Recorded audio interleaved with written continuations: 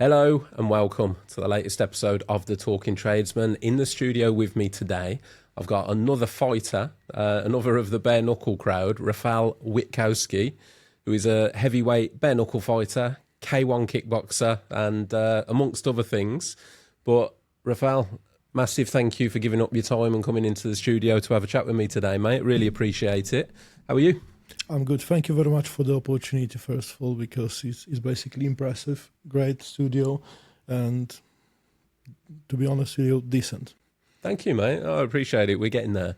We're getting there. It's been a steady journey over the last 18 months to be in this position now. So, you know, still got goals to hit, but we're getting there. And having people with incredible stories such as yourself, all is what builds the platform. So again, mate, massive thank you for your time. But let's find out a little bit about you, who you are, where you started.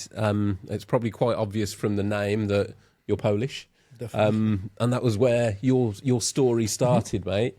So yeah, essentially, let's talk a little bit about the origins of your story. Yes, so basically if we split the story for two parts, Poland and basically later on UK since 2011. So first, I would say, first 12 years of 12 years of my life, they've been decent, and I need to admit I was spoiled kid basically from the family. Had the dad who was looking after well myself, brother, my mom, and I remember, the journeys to the park with the dogs, trips to the toy shop all the time, stuff like that.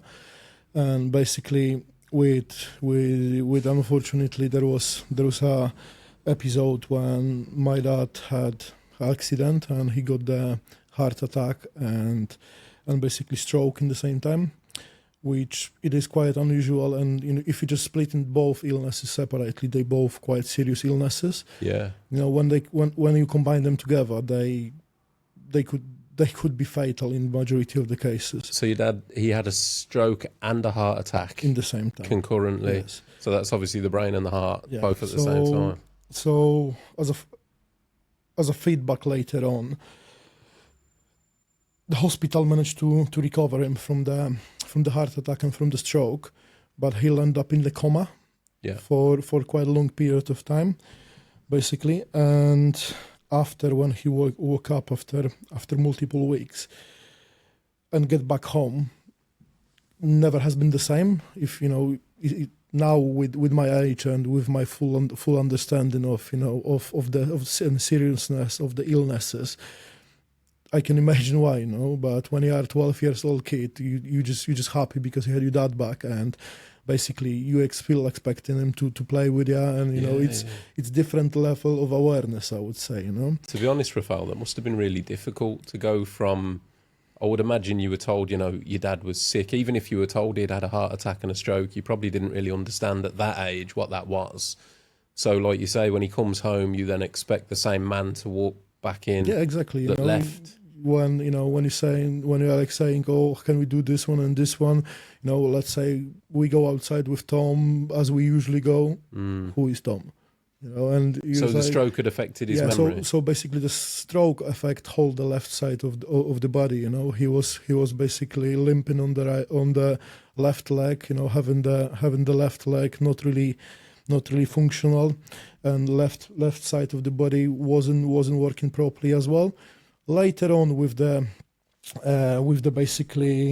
help from the hospitals and physios and everything else, that's get slightly better, but never to the point as was same as before the sickness. So long story short, there is no one to blame. There is just life situation, and that's happened. Within the time, as I said, I don't want to blame anyone, because both parents I got on the time, they've been working hard and they've been trying their best. But within the time they decide to split, and that wasn't from my mom's side. That come from my dad's side.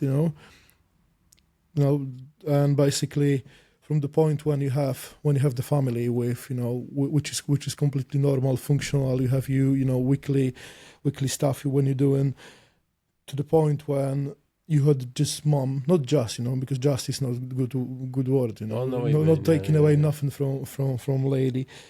When you have mom, it's completely different. So your dad left the house. Yes. I want to take a moment to thank our headline sponsors, Zinza.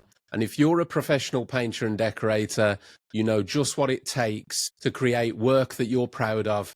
And for over 170 years, Zinza has been there to make that possible. Zinza pride themselves on being the painter's paint, developing the paints and primers that pros rely on to do their best work on every job. That's why Zinza is the mark of a pro. Make sure you check out their new YouTube short film on the Zinza YouTube channel, featuring 3 independent journeys and showing their story on how they became a modern pro. Thanks again to Zinza for supporting the Talking Tradesman podcast and helping us spread the message and raise awareness around mental health in construction and beyond. Let's get back to the episode. Okay. And as a kid, you don't really know how to process that, and what's happened, what's triggered. Do I'm not good enough, or what's wrong? Basically, within the time, there were series of the events where I do believe so. There was huge influence from my dad family side, which was expecting some good payout after the accident due to the role and salary which dad have in the point.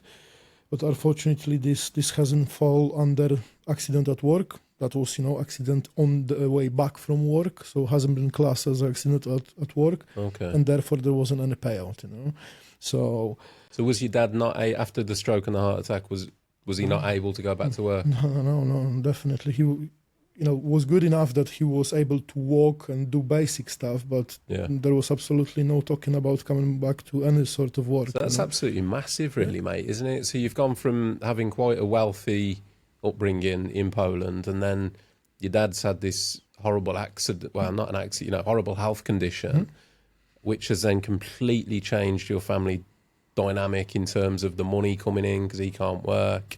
And then your mum and dad have split and your dad's left the house. Yes, that's correct. And there was in some point basically there was quite big flat, different to the English ones. We have some old school flats in Poland. Yeah. So our one was probably 115 square meters. Okay. Pretty big flat, And come to the point when someone knocked to the door and said, who are you? And you as a person who is living there asking like, why are you asking me who I am if I'm living here from last how many years?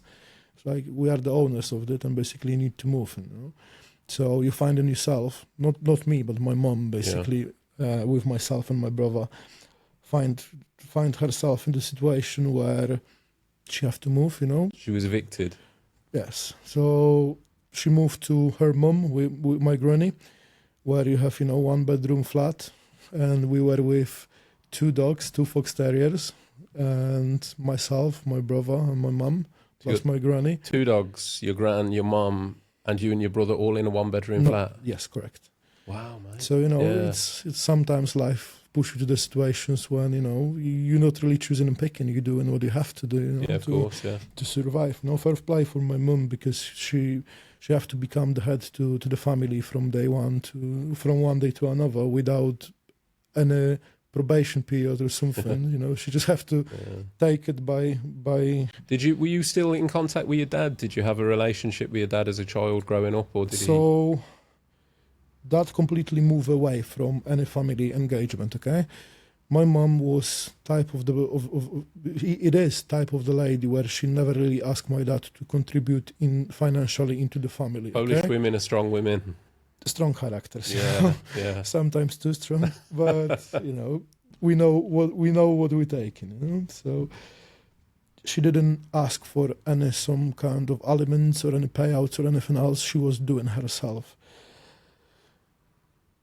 And basically come to the point when she struggled financially, and she was like, okay, I need to ask for help, at least the smallest one. So she got some sort of the aliments, but when my mom go through the civil court basically to settle the payouts and everything else, all of the sudden then become more visible to us. from zero to the point when he started calling, he started seeing us face to face, saying, you know what, I did change and I want to spend the time with you, put the money on your school, on your clothing and everything else. And, you know, with the time, we can just tell you that all was just because he wants to get as low elements and saying that he going to contribute himself, which he, straight away afterwards, he never did. And, you know, that was the only dealings after he left between ourselves in that short period of few months, probably 2-3 months, because both sides were agreeing to the conditions. Mom still hoping, you know, she's gonna get the support. Yeah. Then she was like, okay, let's not make any harder. Let's agree to this one and let's do it. As soon as has been agreed, you know, that was basically, that was it, you know. And I guess at that time, your dad was probably struggling financially as well because he was no longer able to work like he used to. Look, I don't want to paint this story that he was a bad person, because he wasn't a bad person, you know. He was sick, you know, never the same as he was before the accident. So blaming someone for the actions after that sort of health condition accidents wouldn't be fair, okay? Yeah. But I will tell you, the position which he held and the money which he was getting as a support from government laterwards was calculated and estimated from his incomes on the past, and they were pretty big. Okay, so let's put that way. My mom, in the Polish currency, she was working basically on the full-time job, and she was earning probably 1,800, something like that, a month. I mean, the Polish economy now is thriving, isn't it? It's like it's one of the quickest growing economies out there. But I remember, so you were born 91, weren't you? Correct. I'm 84. I remember, I don't know, maybe 20 years ago, there was a large influx of people that came over from Poland to England to work because the money was so different. Like you couldn't earn anywhere near as much there as you can. I believe now it's evened out. So if you think that happened between my parents, this happened when I was 11, 12, okay? I left Poland when I was 18, 19, okay? And when I was living in Poland, I have pound per hour. So 80, I'm just trying to work out the dates, Rafal. So 91 at 18, that puts it 2010, is it? When, sorry? When you were getting £1 an hour, was that 2010? Yeah, 2010, correct. Something 2010. like that, yeah. Okay. And, you know, if you just think the situation between the parents happened actually earlier than that. Yeah. So, you know, that was still 1800 or 1900 for the whole family was quite difficult to survive. And I do believe so that with his own, he had probably around 3.5K. You know? So answering to your previous question, we get, you know, slightly out of the question. Do he struggle financially? I don't think so, honestly, okay? Honest answer is I don't think so. You can read between the lines, mate. Yeah. It's easy to judge, as I said, but I just decide not to. So how, obviously growing up, we spoke a little bit before recording, you said about where you lived in between two sort of, what was it, Speedway and football were the two predominant? Yeah, so basically, the city where I'm from, Torun, you know, proudly, always, it is split for two teams. One is the football team and one is the Speedway team, okay? I live literally 30 meters, 50 meters maximum away from the Speedway stadium. Okay? Right, yeah. And doorstep. Myself with small group of friends, we decide that we're not really gonna go and enjoy the Speedway. We're gonna go and gonna enjoy the football, which you may, you know, just imagine that doesn't end up really well with the whole area supporting Speedway, you know. Yeah. And yeah, that was. It always interests me, mate. I've spoken to a few fighters now, and I'm curious as to when the first sort of like exposure to violence was. Was that like, how was it for you growing up? Were you fighting much as a kid? When did that come about? When was your first ever fight? Do you remember it? Yes, so I think that was about when I was 13, 14, something like that. So up to this time, I was really mad on football, okay? From morning to evening, football, only playing football, you know, with the lads. Later on, when I was 14, 15, 13, 15, I start seeing the different side of the area where I was living, and it's quite rough area, to be honest with you. It's now getting better. It's improving a lot, but in the time was really rough area. And I think that was first day at school, or when I moved to school, when someone came in and just like, I want to fight you after the school in the garages. It's like, okay, but what? Like, I'm just gonna fight you after the school, and you either fight or you're just gonna get beaten. I was like, okay, that's interesting perception in the new school. And I was like, I have no experience. I'm not really boxed before. I didn't fight before. I have football, and that's all what I did. Because I mean, you're a big lad. Were you big for your age, or? I was always tall, but I was skinny. Okay. That later on I put the weight and everything else, but I was tall, but never too bulky, too stocky, to be honest with you. So I have a lad who was, I think he was in the last class in that school. So I was about 13. He was probably 16, something like that. So he was older. Yeah, and as you know, the area was split for 2 teams. And the first question is, which team you support? Okay, I do support football. He supports Speedway. Okay, majority of the school, majority of the school in that days support Speedway. It's a funny one, Rafal, because like in England, obviously you've probably heard there's the football hooliganism. So the football teams hate each other, but you don't really hear that like conflict between sports. So if you're a football fan and somebody else is like Speedway or rugby or whatever, there's no real, people don't really bother with that. It's like, oh, okay, well, we're into different things. There's more aggression between like rival teams rather than rival sports. So I think the city where I'm from is slightly different, because there is one football club which I do support, and also the second one, but second one have no fans. Okay. And what team is it you support? Elana Toruń. Sorry, say that again? Elana Toruń. It's lower, like 3rd division in Poland. You know, so I would be really surprised if I knew it. Yeah, no, don't. Sorry. Okay? But my belief is, support your local football club, rather than the big ones. Do you support an English team? Have you got an English? There are not supporting, because for me supporting is a big word. Someone who is watching in tally or just being once in the game, I wouldn't call a supporter. Okay, I would say the person who is observing the team. For me, supporter, you are every week either home away. You are not doing nothing else than that. Okay. I do like few teams. West Ham is one of my favorite ones. West Ham? Yeah. Okay. Yeah, I wasn't expecting that one. Yes? Yeah. Yeah, there is. If you ask in Poland, there is plenty of us. I think big part of play is basically the film about the hooligans. Green Street. Yeah, you don't even know how big, how massive impact that have in Poland. And really, we didn't have stuff like this. We look at this as like, wow. So Green Street came out, and now Poland's full of West Ham fans. Yeah, I think majority. I did not know that. Majority of us was crying in the end of that film. Watching that. It was a good film. It was a good film. It's not that, there is Polish aspect with Fabianski as a goalkeeper. There were a few, Polish aspects with the club. I'm not a fan of West Ham. I do like the team, but there are a few ones. Liverpool is decent in my opinion. Good man. I'm a Liverpool fan. I don't really want to shout the teams. I'm basically big fan of Premier League.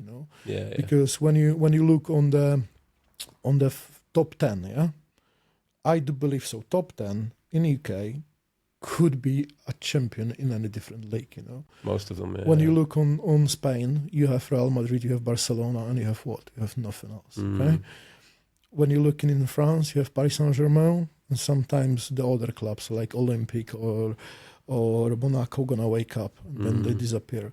Okay. When you're looking in Germany, you have Bayern München, you have Borussia Dortmund and Leipzig. Okay, Leipzig is pretty new for being on the top. Other than that, 2-3 teams in England. Yeah, you're right, man. The Premier League. First 10. If I remember, one of the first Premier League games, what I went to was somewhere about 2012, maybe 13. I seen many games in Poland. And first game ever lads might be a bit unhappy, because that was Aston Villa versus Swansea, okay? Not that, nothing close to Aston, but that was the closest Premier League to the place where I live.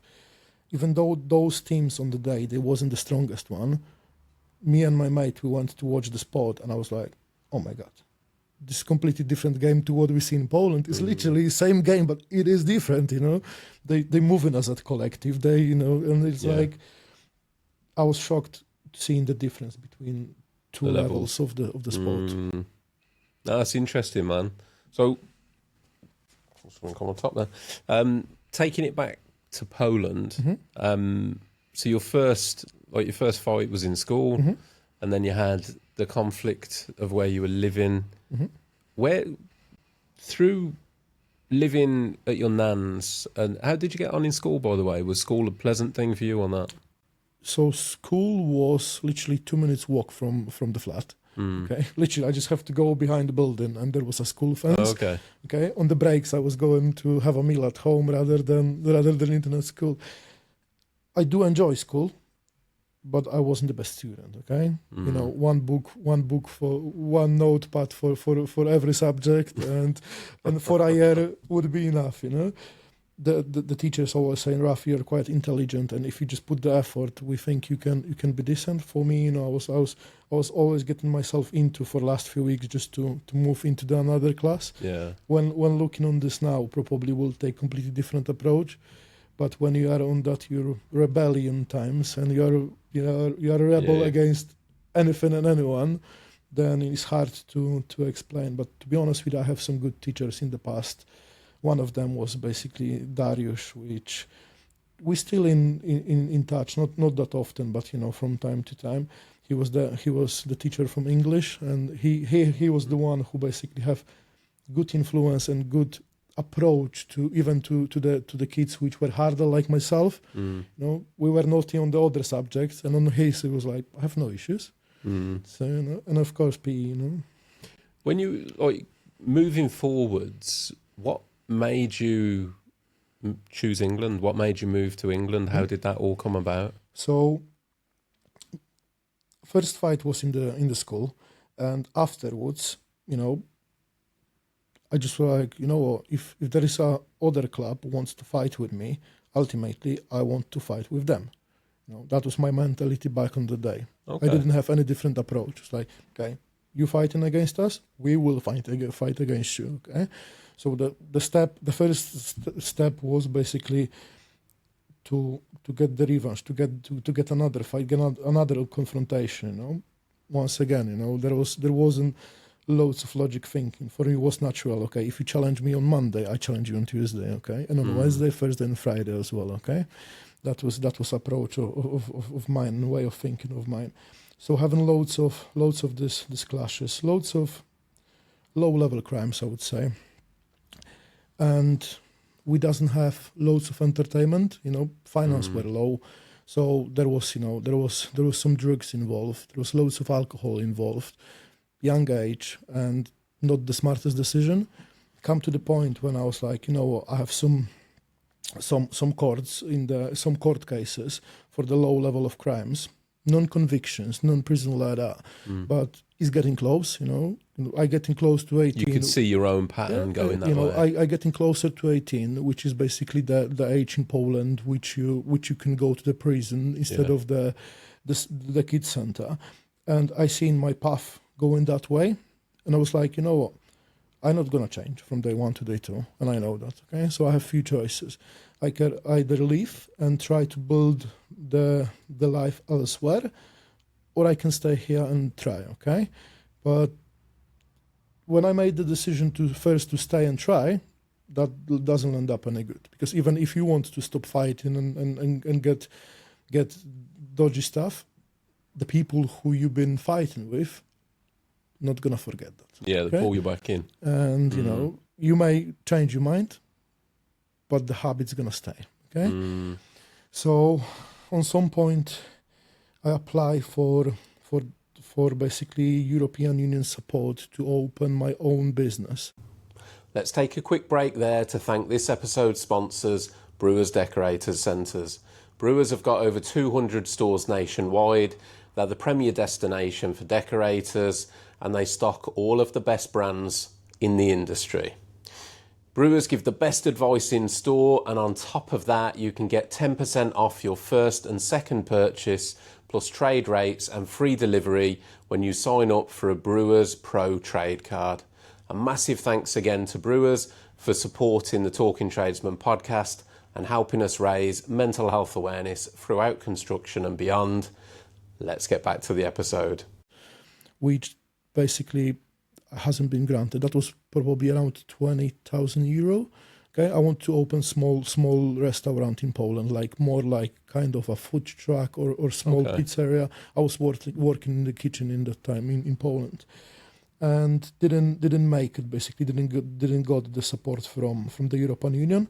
And I was like, you know what? Instead of asking someone, I'm just gonna go abroad and earn that money, and come back to Poland and open something. And basically, my partner was like, "Yeah, I think this is a good idea. We can go elsewhere and try." I have the good friend of mine, which Patrick, and basically Patrick now is living in Greece, and really decent man. Without him, I wouldn't be able where I am now for sure. So we were friends in really young age when I moved into the area from one to another in Poland to my granny's, and Patrick was living there. Straight away, we become really good mates, friends after. And his dad basically got a job as a bus driver in Coventry. In Coventry? Yeah. Okay. And Patrick moved with his dad and mom in really early age. I think he was 13, maybe 14, something like that. Sorry, Patrick, I don't remember exactly the age. Long time ago, but yeah, he moved with his parents, and I was broken. Literally, that was the closest mate I had in the time, and we still keep the contact, not as often, but Patrick get older, I get older, and he started coming to Poland, and treating my mom like his mom, staying in ours and stuff like this. Always welcome. Was like we didn't to give him a favor by staying with us. It was actually a favor for us, for him visiting. Yeah. He always was that person, like the brother. And when he realized it's not as we would like, it was like, why not come to mine? It's like, what do you mean by that? It's like, I buy you a Ryanair ticket and you fly in that many days. It's simple as. I was like, yeah, but I didn't think about this. I didn't pre-plan anything. And basically, I'm not the fan of leaving my partner because I do believe so that's going to have the impact in the relationship. Okay, send me the detail of hers as well, and I buy 2 tickets, and you both come in, and we sort you both out. And I was like, okay. So it's easy as that. He was like, you have ID? Yes. She had ID? Yes. You have any convictions? No. Came over. So within short period of time, I don't remember how long it was, but less than a month, we basically we land in Birmingham, get out from there Ryanair and see a completely different world. Is that the first time you've been to England as well? 2011, yeah. And you knew you were coming here to live when you came over at that point? First I was thinking we're gonna be here about the year. We're gonna, between myself and my partner, we try to put about 25k on the side, take the money back and go to Poland and to open the restaurant, which we've been thinking about. Yeah, so basically, year later, we achieved. I don't remember how much, but quite good chunk of money, because we've been orientated of basically putting the money on the side. So she was working, I was working. We have some money on the side. What kind of jobs were you doing, Rafal, when you came over? So basically, in my case, my friend Patrick and me, we walk into the job agency. And I was like, what do you have? There was like, there's going to be a cleaning job in 10 o'clock starts today. And it's about, 4 o'clock, something like that. I'm like, literally first week in the UK, I was like, I have no safety shoes. I didn't even know what the safety shoes were on that time, high-vis or wherever. And Patrick is, yeah, okay. So basically took the job. Went with a friend of mine around the market in Rugby, collect the items which were needed, to the first day of the job. And a few hours later, I walk into the place. Now is basically shut down. It was the place in Creek where finally I actually worked there for 11 years, to be honest with you. Yeah. So basically walk in, And first day, you may believe or not, I never see the warehouse before. I never see the reach truck, forklift, or anything else. I never see the scanners. I came back home and I said to my partner, like, that looks like a Star Wars, you know? The people are driving some strange machines, flashing some lasers, and you know, there is weird sound, and everyone wants something from me, and I don't know what, you know? So it was quite interesting. But, you know, me being me, basically, I have really good two managers. So I start from the night shift from 10 o'clock, basically. I have two decent shift managers. Up to this time, I think they set up the future for me by mentoring me, not telling me do this and do this, do this. I always have loads of freedom, okay? As long my job was done, they didn't check exactly how it's done as long it's done. So basically, they both were Scottish. I met one of them not long ago in Asda, and we have pretty decent conversation, you know. It's good to see people who help you on the start after the years still respect you and having that good conversation. What area did you move to then, Rafal, when you came to England? So your friend was in Coventry. Where were you? No, so basically my friend was based in Rugby in that time. Yeah, which is like 20 minutes drive from Cov, and we are still in Rugby since. You're still there now? Yeah. Oh, okay. It's a little town. Everything is close. I have 25 minutes drive to Cov. I have 15 minutes drive to Birmingham, but ultimately smaller, and I do believe so is safer for the kids. You know, some areas. It's hard to judge the towns or cities where I wasn't in, but I spent some time in Luton. I did spend some time in Birmingham, in Cov, and no disrespect to anyone who is living there, but I do not want my kids grow into that. 100%. I'm with you. In that towns or cities, because they are dangerous. You know, the cities are getting rough, really rough. There's particularly like the cities that you named there. Yeah, it's I've grown up because I grew up in Redditch, which is a bit closer to, you'll have come past it to come here.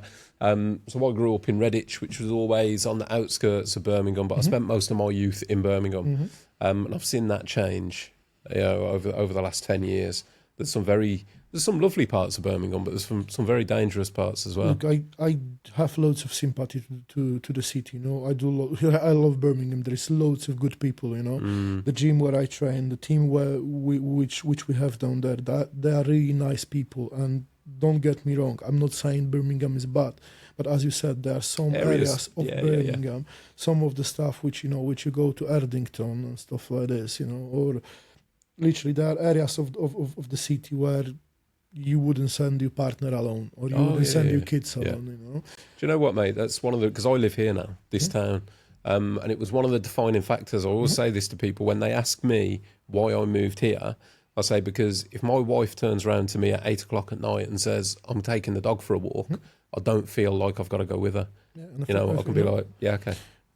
The fact is that areas are a bit more expensive to rent, to buy the property and anything. But to be honest with you, what would you gonna save a few pounds for in terms of risk the safety and jeopardizing the family? I rather spend more on fuel for me to travel to Cov or Birmingham and let my kids grow in the smaller town. I'm not saying there is no crime in Rugby, because the crime is everywhere. Of course, yeah. But when you look on the scale, it's way smaller than it is in those cities. Yeah, of course, yeah. So you came over, settled into rugby, got yourself grafting. How did the transition come about? Because you weren't fighting at this stage. There was no.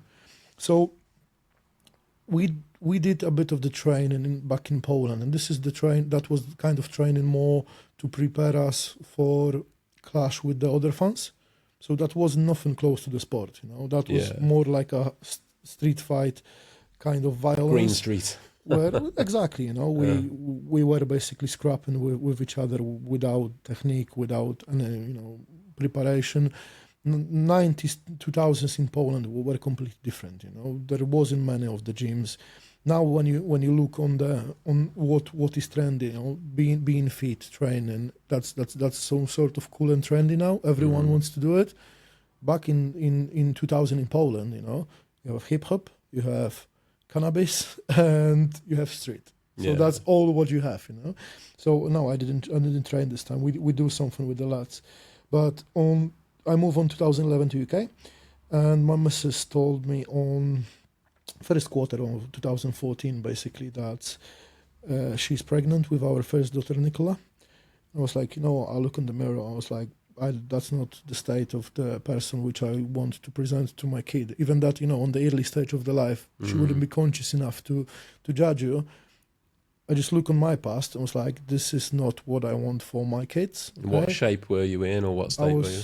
I was 133 kg probably, the biggest I could remember, unfit, smoking the pack or pack and a half of the cigarettes a day, drinking loads, basically, spending the time with the, with the things which I doesn't rate now, okay? So I started boxing, and so I started boxing in the local gym, first to just lose the weight. Within the time, I was like, I think I'm quite enjoying that. And the coach from the gym was like, would you like to try the competition? I was like, yeah, why not? So I did my first, second, few boxing fights. Then I met the coach Louis Windowa, and I started doing the kickboxing with him. The man is absolutely brilliant, Met him not long ago, even though there is now a few years when we're not training. Went to his place, spent some time with him, get one of the colleagues who are training with me to give her opportunity to see my ex-coach and get some one-to-one session with him. And yeah, Louis basically some sort inject the kickboxing love into myself, where even now, many years later, I still, still doing it, still loving it, same as day one, Because you've got, again, we talked about this pre-record, mate. You've got quite an impressive record. You said you've had 80-odd fights of combined. Yeah, if you combine all of the sports, with boxing, with kickboxing, there was different ways of kickboxing. Some of them, with the long trousers, traditional kickboxing with the shoes. Some of them K1s, some of them normal boxing. I had a Thai fight as well. Then the most recent, the bare-knuckle fight. So yeah, in total, you're looking probably 70, maybe 80 bouts when we combine all together. And what titles have you held, Rafal? Or what has your record been? Because it's quite an impressive record, to be fair. Record, I wouldn't be able to tell you, because I do not remember. Honest to God, okay? There were tournaments where I went and I had 3-4 fights a day. There were in a single day. Yeah, but that's how the tournaments are scheduled. You basically go through the stages, and I never bothered to count them from the start. And then when you're gonna start them on the halfway through and stuff like this, I win some, I lose some. I'm not afraid to admit. I lose quite a few, to be honest with you, and win loads as well. So on amateurs, I managed to secure the world title in K1, 2 Europeans, 2 British, and 1 English. That's pretty impressive, mate. Yeah, but that's I do believe so. Anyone can do that. Okay, I wouldn't take this as a something what is impossible. If I can do it, anyone healthy can do it. It's just about getting yourself in, okay, putting the work in, and that will come. It's closer to be possible than majority of the people think, okay? I moved to pro after, and this is gonna be slightly easier. I didn't have any titles in pro, okay? It's completely different game, completely different level. Let's put that way. During most of the fights in amateur, I never get knocked out, okay? The fight what I have, I lost by the head kick, for example, and was pretty nasty, okay? Yeah. So that was new entry in the sport, Game is the same, but the level is different, okay? Anyone that doesn't... I've been a fight fan for a while, so I've been a UFC fan for a long, long time, from when that first started. But yeah, to anyone that might be listening or watching that doesn't really follow fighting, a head kick, like you're talking a grown man's shin bone normally to the temple. I'm not sure if you've seen that. If no, I will forward you, and I think you can. When you got knocked out? Yeah. Oh right, no, I haven't seen it. I will send you that. You can basically you can see it yourself. But delivered properly, those head kicks, mate, are like a baseball bat to the head, aren't they? Was one of the. Now we come into the subject of the mental health. Okay, I don't know why, but there was something where I was like, I was fighting as an amateur, and I think there is not something is not complete within my camp, within my team, okay? And there was some bit what I was missing. And talking to some of my friends, which were already pros, they was like, Raf, do you have the mental coach, which basically in Poland we call the sport psychologist? Yeah, sports psychology. I was like, no, I have no issues with the psychology. Why do I need? It's like, you should try, you're going to see the difference. So prior the fight, probably 2-3 months before the fight, I start working with Grzegorz Mączka, one of the best sports psychologists in Poland. And he started setting up my head towards that fight in the fight camp, He started talking to me about, visualizing the fight, about, breathing techniques, about basically controlling my habits where before when I was stressed, I was going to my cabinet, like having a glass of whiskey or 2 or 5 or whatever, okay? That was my way of controlling the stress, He was like, you don't have to do that, You can go in front of the cabinet, look at it, go to the garden, take a few deep breaths, okay? Go back to this cabinet if you really want to have that whiskey, but make the choice. Do you want or not? There was loads of things which Grzegorz was showing me and was coaching me. And to be honest with you, that fight was really important for me. That was main event in Poland, which I put loads of work in. I was in decent shape. And first round, I think we did pretty well. Second round, out of nowhere, the opponent threw left hook, which I blocked, and he followed with a head kick, which I didn't even see it. I'll end up actually outside of the ring. Okay, knocked you outside the ring. Yeah, was pretty brutal. Fair play for the opponent. We started in contact now. Fair play for him. Deliver proper. If I wouldn't work with the sport psychologist prior that fight, I wouldn't be fighting. You'd have quit. I would quit. I would quit because that will ruin my psychic and everything else. The way how Grzegorz delivered the whole program to me was telling me that basically the result doesn't define you, okay? Where in the past, I was always beating myself after I lose.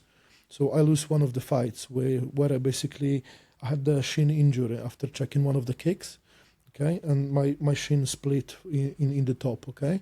So I was stupid enough. On the following day, I went to the gym and started kicking with that leg, And my mate was like, "What are you doing?" I was like, "If you're not winning, you doesn't deserve to take a break. You need to take the graft straight away following day." And that was why my way of thinking of, how you should handle the defeat. So you're punishing yourself. Yeah, and basically, I'm not a fan of losing. None of the fighters like to lose. If you ask any of us, everyone will say, "I like to win." No one will say, "I would like to lose." Okay? Yeah, of course, yeah. But take me a good while, to understand that, as I said previously, the result doesn't define you as a fighter, okay?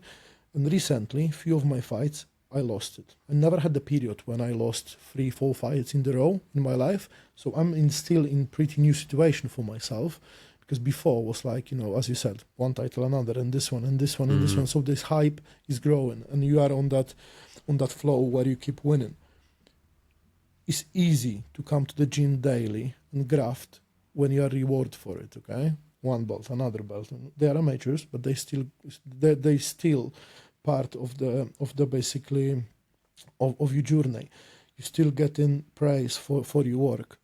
It's hard to show up daily and put the graft if you lose the fight. Yeah. You're going back in. After getting knocked out bad in Poland, first time in my life, I was like to my coach, "I won't fight again." When? As soon as possible. 2 weeks later, I went to the ring and fight again. I lost on the points. And to be honest with you, after the time, I can tell you that was one of the worst decisions I take. Of course, that was my decision. Coach advised me, "Rafał, you shouldn't. You should rest. You should have your MRI scan for the head." I was going to say, mate, fighting 2 weeks later, because you were probably concussed. Yeah, but So I want to prove it not to you, not to anyone else, to myself. I'm tough, and I want to do it. Okay, there were many of the lads where it was telling me, "Raf, don't do it. That's not a good idea." Okay, I don't. Okay, I lost on the points. You know what's happened? Inside of my head was like, you lost one by KO. You lost one of the points. That's 2 pro fights which you lost it in 2 weeks of time. So I didn't consider that I may lose. Okay, I was like, okay, I want to win. I will really want to win. I didn't. Okay. Then basically you had another fight which I lost it, and now you have 3 fights in a row. And how are you gonna approach this? Are you gonna still have enough motivation? No, motivation is bad word. I don't like the word motivation. Dedication. So you turned pro, Yeah. and then you lost 3 fights in a row. Yeah, and then basically you're thinking, this was a good decision? Do I am good enough? Maybe not. And if you start thinking and analyzing what I did wrong and what's happening. So took another fight. To be honest with you, the fights what I have, I need to admit, they were hard, and the opponents were top opponents from the top promotions. They've been streamed in the mainstream media across whole Poland, which is quite high in terms of the kickboxing level. Probably would have a bit easier journey if I will start from the low level of the opponents, but me being me, I won't basically challenge, And second time when I was in Poland, one thing what I want to mention, because I cannot forget the lads, to be honest with you, going to the pro event in Poland is some sort of award for me and also for my team. It's like who I want to take with me, and no disrespect to anyone. I was like, I want to take 2 English lads with me and show them my motherland and show them the country where I'm coming from, the culture I'm coming from. So the first trip I took Matty and James with myself, and they were absolutely brilliant. Even though the result wasn't as we wanted, seeing your mates, your close mates who you grafting day in day out, being first time in the country where you're from, and showing them that everything, showing them pierogi, showing them everything, was priceless. And second time I went with James again. He basically loved Poland. Said, Raf, anytime you go, I go with you. And Jack, which basically they also help a lot. I do like pierogi. Yeah. So where we were in Poland, there was I got the phone call or message from Simon Highcook from Fitness Factory in Birmingham. I was thinking basically of switching from kicking sports into the bare-knuckle boxing, but I was planning to do that maybe next year. Yeah. There is still one quite big fight for me this year, and I was like, okay, I'm gonna get all my K1s out of the way, retire from K1, and I'm gonna focus on bare-knuckle boxing. Okay, so while I was in Poland for the fight, basically there was. First was prior the trip, but officially confirmed why I was basically in Poland. Yeah, so Simon I think texted me. I said, Raf, BKFC wants you to fight in 2-3 weeks notice in Birmingham. BPO. Where had they seen you? Like... So basically, I have quite a few mates who are fighting for BKFC. Okay. So I was some sort close to the circle, but not in the circle. So there were conversation with Andrew Bakewell that maybe I'm gonna go through BKFC prospect to try myself, because I didn't have any bare-knuckle experience outside of the street, just the fights in Poland, and he was like, yeah, that's the good gym. I suggest you go to Simon and Fitness Factory. The guy's gonna get you ready, and you're gonna go through the prospect series. I was like, yeah, that sounds good. So I was concentrating on my K1 basically, and that part of the sport. But as the people are saying, when the big organization like BKFC are asking for you, yeah, they're not asking twice. Okay. So when I got the question, I was like, let's go, definitely, Didn't think, do I want it? So I won't do that, So first, try to convince your partner that, Sunshine, there was a message, and I go in to fight bare-knuckle. What do you think about this? So I think she was one of the last ones who I told just before the poster has been released, because I was like, how I gonna approach that, What did she say, man? She said, look, I think that's not what I want. But if this is what you want to do it, then do it. But if something happen, do not expect me to wipe your bum. That's being honest. That's honest. That's being honest. Yeah. No, but she was supportive. But I think she was sort of nervous because she's seen some bare-knuckle fights, but she wasn't approve it, but she wasn't also against this. So Yeah, went back from Poland, and 3 weeks later, spent basically 3 weeks with Fitness Factory with the guys, and 3 weeks later, opening the fight card for BKFC on BP Pulse Arena. Yeah, that was, to be honest with you, one of the biggest fight experience I had, and to be honest, I do not regret. Okay, would be great to have more time, but end of the day. So just to line up the facts here, then, Rafal. Yeah. So you were considering bare-knuckle. Yeah. An offer came in from BKFC, which, again, for anyone listening, BKFC is the bare-knuckle organisation that is owned or part-owned by Conor McGregor. So the two big organisations out there at the moment are BKFC and BKB. So BKFC, they fight in the octagon-type shape. Square, yeah. The Square ring, yeah. It's a square ring. Oh, okay, because BKB is that triangle, isn't it? Yeah. So basically BKFC is square, and the ropes are metal ropes. So basically, metal ropes. Yeah, they are metal.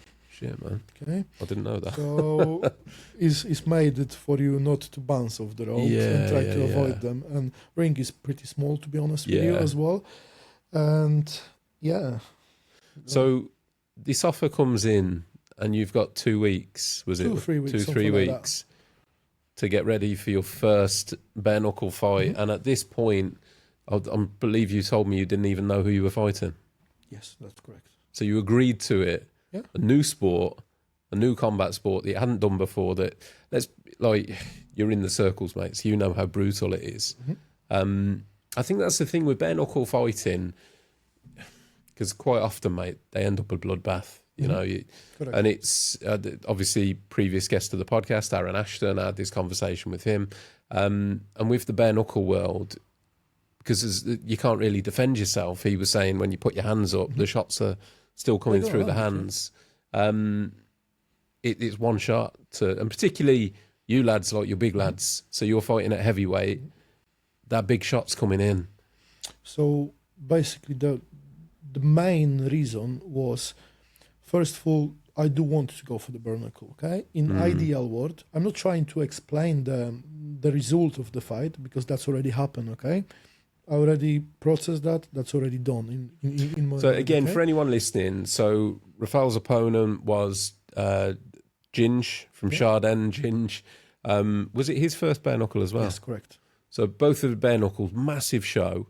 And the result of that was? That was round 4, just 10 seconds before end of the round 4. 4 rounds in. I lost by KO. I'll be honest, I knew the result. I wasn't sure what round it was, which was why I referred over to you then. So you did 3 rounds, 4 rounds before that, or 4 rounds of pure... How did it feel? So, being honest with you, so first coming back to your first question, yeah? Why do I say yes, okay? So, the coach of the Fitness Factor, the head coach, Simon Highcock, yeah? We doesn't know in that point each other for a long time, but this is the kind of the person. You're looking at him, you shake his hand, and you're saying there is a pure gold heart, okay? And he looked at me and said, I think you can do it, okay? And that was enough insurance for me. We're taking the good decision, okay? He said, you can try. The worst what could happen, you're going to lose. The best what could happen, you're going to win. Are you prepared for it? Yes. Okay, so that was main factor why we did say yes. You know, that wasn't just yes out of nowhere. That conversation with Simon led me towards. I did ask the other coach from the Thai gym who was in the corner as well, Raf Hussain from 8 Lips Muay Thai. I said, "What do you think?" He said, "Look, I'm not a specialist from the bare-knuckle. Looks like you want to do it. If that's what you want to do it, I'm gonna support you." So both of them support me, which basically having those both men by my side was enough insurance for me. Decision is good, okay? I was like just lying on the bed. It was like, okay, do I am prepared to put everything on the line and give it all what takes, and accept that, you know, you going into that square ring, or on our own case is basically triangle, okay? You need to accept you may not walk out same as you walk in terms of everything. Okay, it is a sport where there is no hiding, there is no running. Okay, there's pure violence, and I was like, do I want? Yes. Do I have people who have the fight for me? Yes. And the nose? Yes. but we're gonna do it anyway. Okay, so went in, and to be honest with you, from the start, been on some decent shows around in Poland. 4.5K main event here, opening the card in BP Pulse Arena. I think there was 7K people, maybe 7.5, hard to say.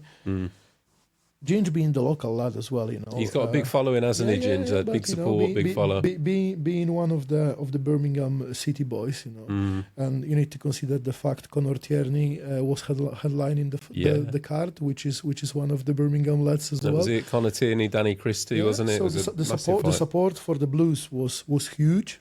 So walking in through that walkway, catwalk, I was like, looking on this, was like, that's big. And I done something what I never done in my life. I just raised my hand and opened in wild. I never done that in my life. But literally the atmosphere was so good. You just want to soak it in. And Ginge came off. We start hard. I think I was chasing in for round 1 and 2.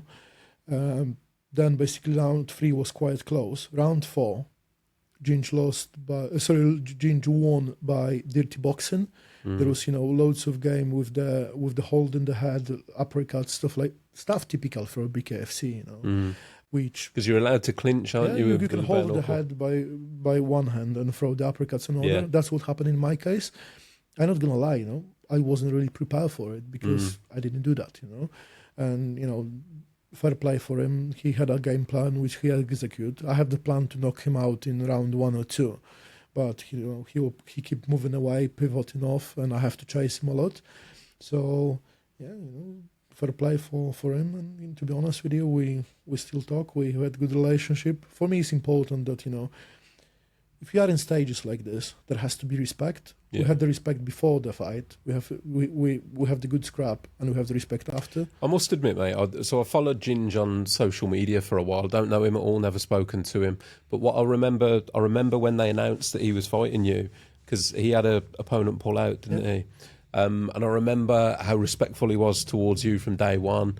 And he was lauding the fact that, you were a former champion at amateur, you were a serious fighter, you were a kickboxer, and it was all very respectful from his side prior to the fight, and obviously by the sounds of it afterwards as well. But you lads, to be fair to both of you, going into a bare-knuckle fight, getting through 4 rounds and putting it all out there, massive respect, mate. It's huge. And now you've got the bug and you want to stay in it, and you're going to fight again. Definitely, I do think I have way more to offer, with the full fight camp and, with the focus on bare-knuckle.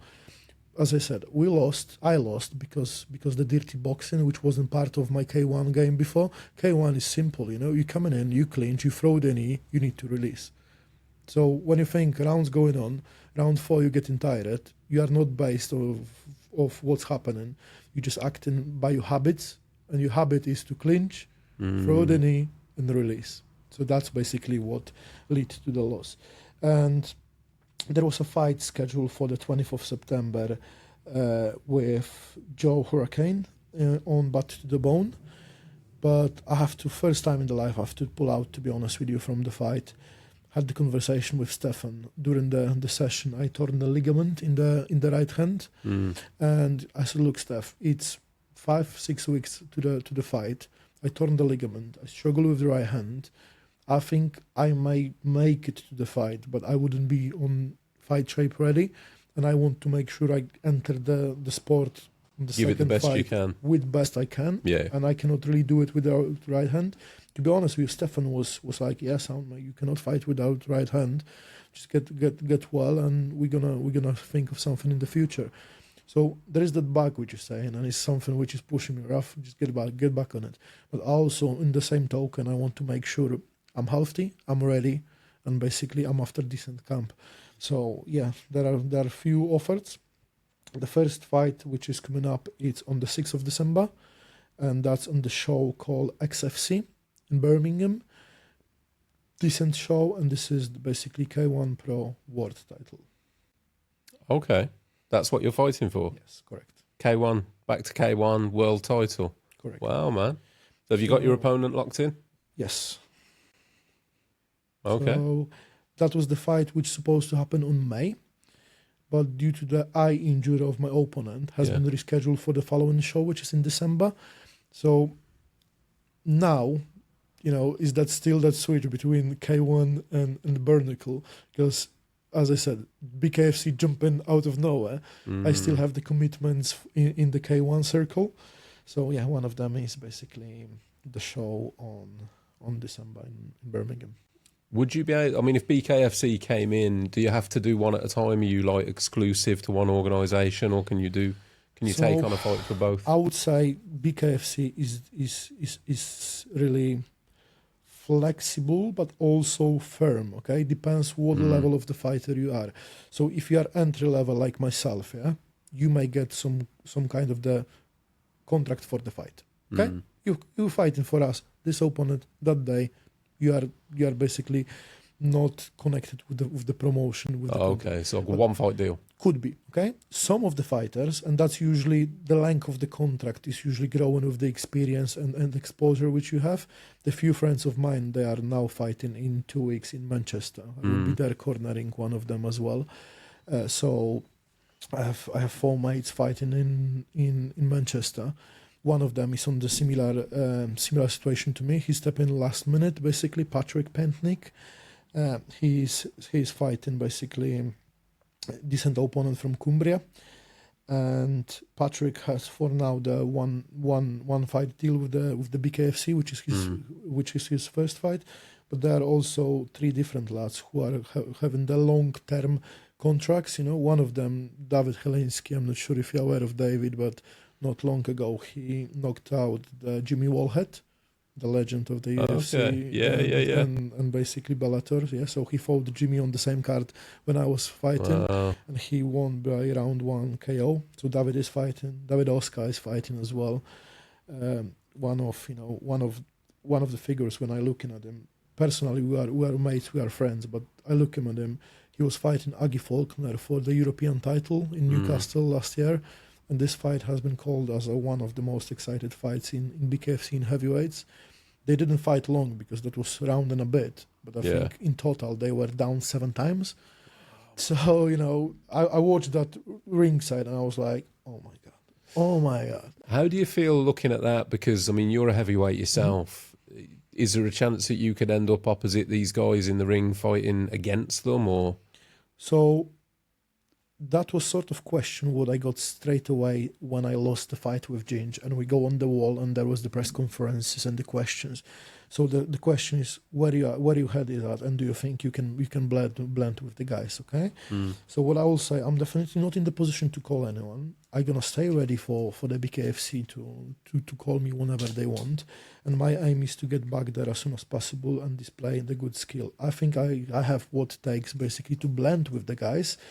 But top level, I will live for the guys. I just need to first of all get back to the ring, win, and build my way up. I'm not one of this one who gonna win a fight or 2 and start shouting for the titles. Okay, I want to get the grip of the sport. I want to fight the guys and basically, first of all, and the most important for the promotion is to make sure I just give the show.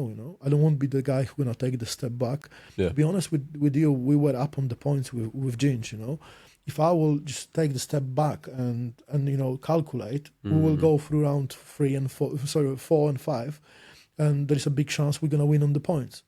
But I don't want that. I just want to entertain the people. I want to go on the ring and have this scrap. You're not paying the money for the ticket to see 2 heavyweights running around. No disrespect to anyone, but I'm not type of the guy who gonna run around or try to calculate.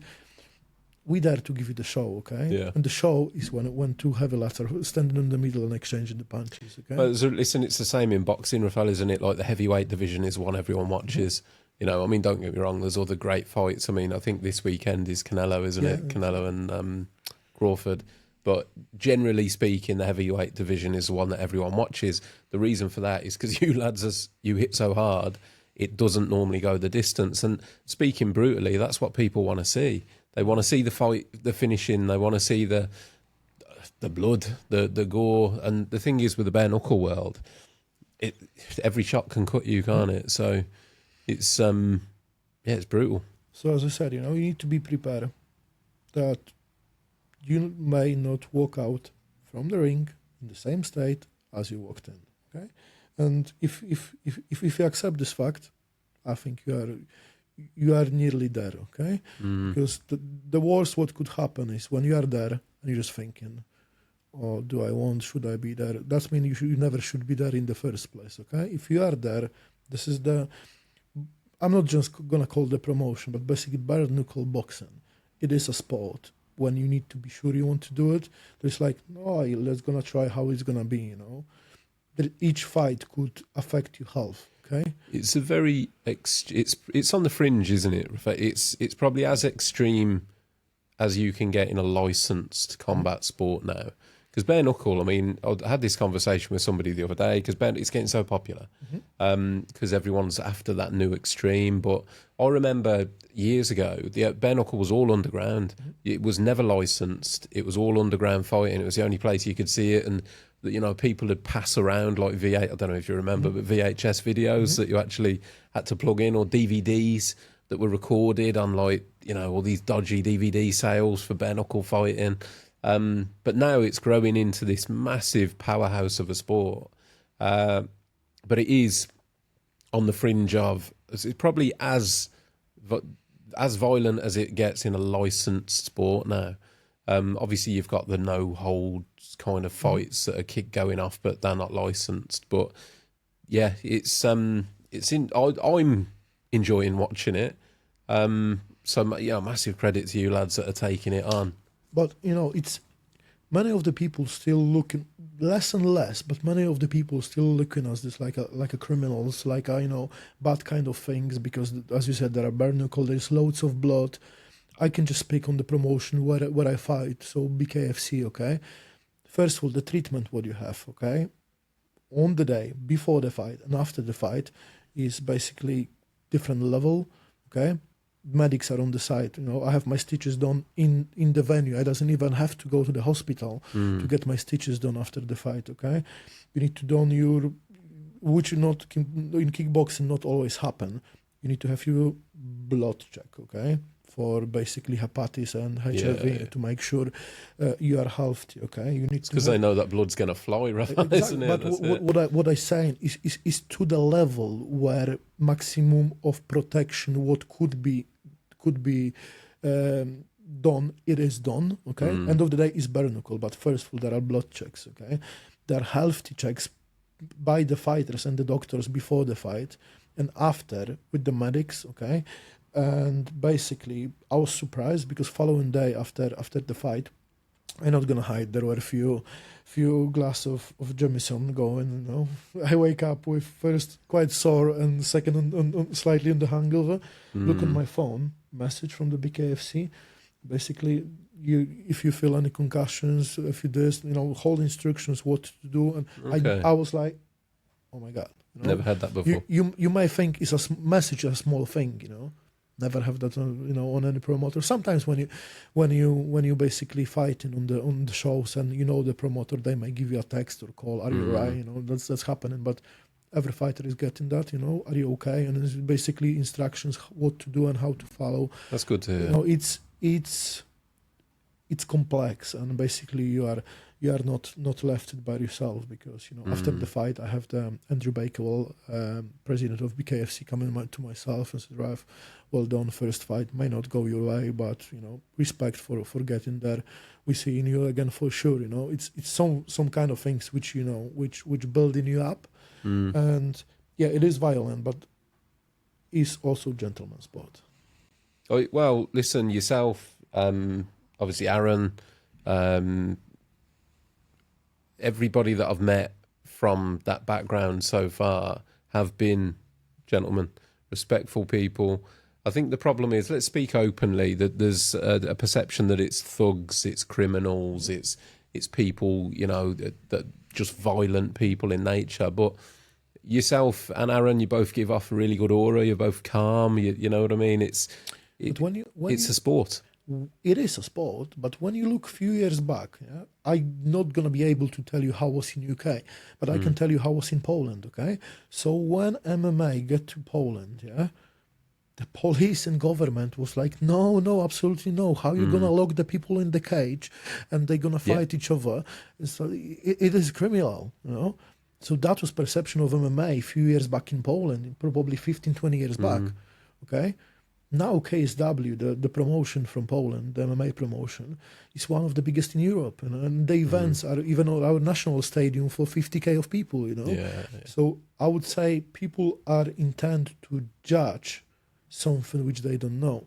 Many of the people who are saying, "Oh, this is bad" and stuff like this, they actually go in by accident or default on that sort of event, and they're just like, "That's impressive," okay? Because you're not gonna have random person from the street going into fighting for BKFC or you know, any other promotion. That's the people who are training. That's the athletes who are ready. And you're coming from a combat background that's anyway. Basically, athletes who are ready. I might have the short notice, but I wasn't new to the sport. I was new to BKFC. I wasn't new to the sport, you know. So basically, the promotions are looking for the people with experience, with the combat experience, and they also screening the fighters before. They're not just calling random people. "Oh, I want you to come in and fight for us." So they screening the fighters, and they know what to expect. Basically, that's why, for example, the card in Birmingham, I have the opportunity to open the card. Then I went to the medics. So when I came back to the venue, to the crowd, basically, that was fight 4 or 5, to be honest with you. Afterwards, I was just sitting and watching the whole show because it was so good show, basically, so entertaining that you don't really want to miss a lot. And I would say before the people start judging or jumping into the conclusion without knowing, have a look, you know, as you said, you know, go to the local gym, have a look if there are any of the BKB lads. There are plenty across the UK. I think it's going to get bigger and bigger, mate. It is. It's on a skyrocket. Before I didn't see the gyms dedicated to the bare-knuckle boxing, okay? Now you have quite a few. Even in Birmingham, when you look for the Fitness Factory, it is bare-knuckle dedicated gym, okay? Of course, you can do the boxing with the gloves and stuff like this, but Simon and the lads, they are experts in the bare-knuckle, okay? So if you want to train bare-knuckle, you coming in and you are treated exactly same as you would like to go to the other gym, do, I don't know, karate or BJJ or wherever, you know.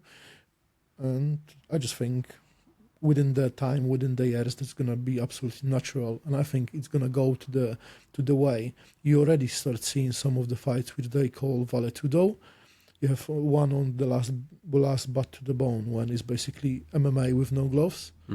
So I think that's gonna slowly leaning towards, you know, if I'm not sure if you know, but BKFC bought it Letway, which is basically Birmanian boxing with, you know, with elbows, with headbutts and stuff like this. Okay. I do believe so. They bought this for a reason. With headbutts. Yeah. Jesus, man. So, you know, that I've seen more of the sports going that way. It's an evolution, isn't it? I mean, I remember watching the old days of Pride. You remember with the head stamps and the kicking and stuff like that, but they were allowed to kick people on the ground. I remember, so when I was growing up, like I used to watch like Vanderlei Silva in Pride, and mate, it was brutal. And I think they had to tone it down to get UFC and cage fighting to the level that it is now, because like you quite rightly said, nobody bats an eyelid now. If you talk about cage fighting, it's normal now. People are like, oh yeah, that's fine. I think people are scared of what they don't understand. They thought that locking people in a cage to fight, somebody's going to die. Whereas in reality, it's proven that there's more injuries that come out of boxing than come out of UFC. And I think maybe UFC's probably paved the way now for things like bare knuckle to come back to the forefront. I mean, again, it's a cycle, isn't it? Because bare knuckle fighting used to be years ago. It was the thing. It was a gentleman's sport. Yeah, it was. They used to do bare knuckle in Victorian times, and then it was all outlawed and banned, and now it's coming back round again. So, no, it's fascinating to see, mate. I'll certainly be following your journey along now. Thank you. I mean, when you win the K1 title in December, how will that change the shape of things? If you win that title, would you stay in K1 or are you going to come back to bare knuckle? So long-term goal is definitely bare knuckle, okay? Let's take one step by the time, okay?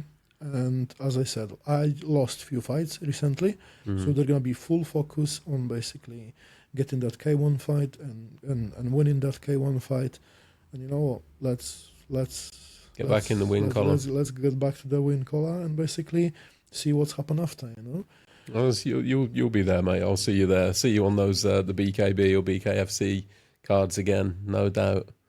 Well, mate, it's what I love about this, mate, is I will feel personally invested now watching you fight because I know your backstory, I know the adversity and what you've had to go through, moving countries, re-establishing yourself, getting yourself into shape, getting into fighting. It's this is why I love doing this because the listeners will, you know, feel the same, and hopefully you'll pick up some fans off the back of this that are going to follow your journey. Please do share with me your fights as and when they come in, and I'll share them on our socials and give you all the support that we can, Rafal. It's another gentleman, mate. It's been an absolute pleasure speaking with you. Was there anything that we haven't touched on in this conversation that you wanted to talk about? I think just in terms of the quick one, just to wrap everything out, we talk about loads about, you know, sport and going through the different times. I would say, you know, I'm not better than anyone else. You know, there are we all having our ups and downs, okay? And I don't try to elevate myself, or I want this one, I do this one, okay? I will say if there is anyone who are currently struggling with anything, okay, there are people like yourself. I'm willing to help as well, okay? You don't need to be mate of mine. You don't need to be follower of mine, okay? If you're feeling that you need to talk with anyone and you're struggling with something, yeah, rather than isolating yourself and making some decisions which may impact in your future, just get in touch with someone who are willing to help. There's plenty of people. If it's not our two, me and you, there are other people who are willing to help. There are loads of organizations, you know, and there are loads of good people who are willing to listen and who are experienced to help. So once again, if you don't know what to do and stuff like this, feel free, you know. I'm willing to help and support if I can. Appreciate that, man. It's a big statement, and to the people listening, you know, I hope that sinks in deep, and if anyone does need to reach out, then please do reach out. You know, you can always reach out to me. Rafal's just made the same offer. I think as men in particular, we can understand each other a lot more. And there's the organisations out there, the likes of Samaritans on 116 123. You can get hold of them 24 hours a day, 7 days a week, every single day of the year. There's always somebody there to listen, to help people that are struggling. So, yeah, again, mate, I really appreciate you adding your story to the platform. It's been a pleasure to hear and find out a little. No, honestly, mate, the honour is all mine. So a massive thank you. Before we finish, a big shout out to the Funky Peach for providing our guest workwear, which I'm going to send Rafal away with a hoodie and a t-shirt and a few bits and pieces. Yourself, Rafal, just let everyone know where they can find you so they can follow your socials and bits like that. Okay, so basically you can find myself on the Instagram on the Rafix floor 1991, okay? And basically that's the main account where when you can find myself. And as I said, if you need anything to reach out, just feel free to contact me. Scroll down, wherever you're listening or watching this, scroll down, there'll be a link. I'll link your socials below on the episode description. There'll be a link. So you can find Rafal there, go and give him a follow, show him some support in his career, keep an eye on what this man's going to do. I'm sure it will be explosive. And as always, thank you to everyone for listening. Thank you very much, guys.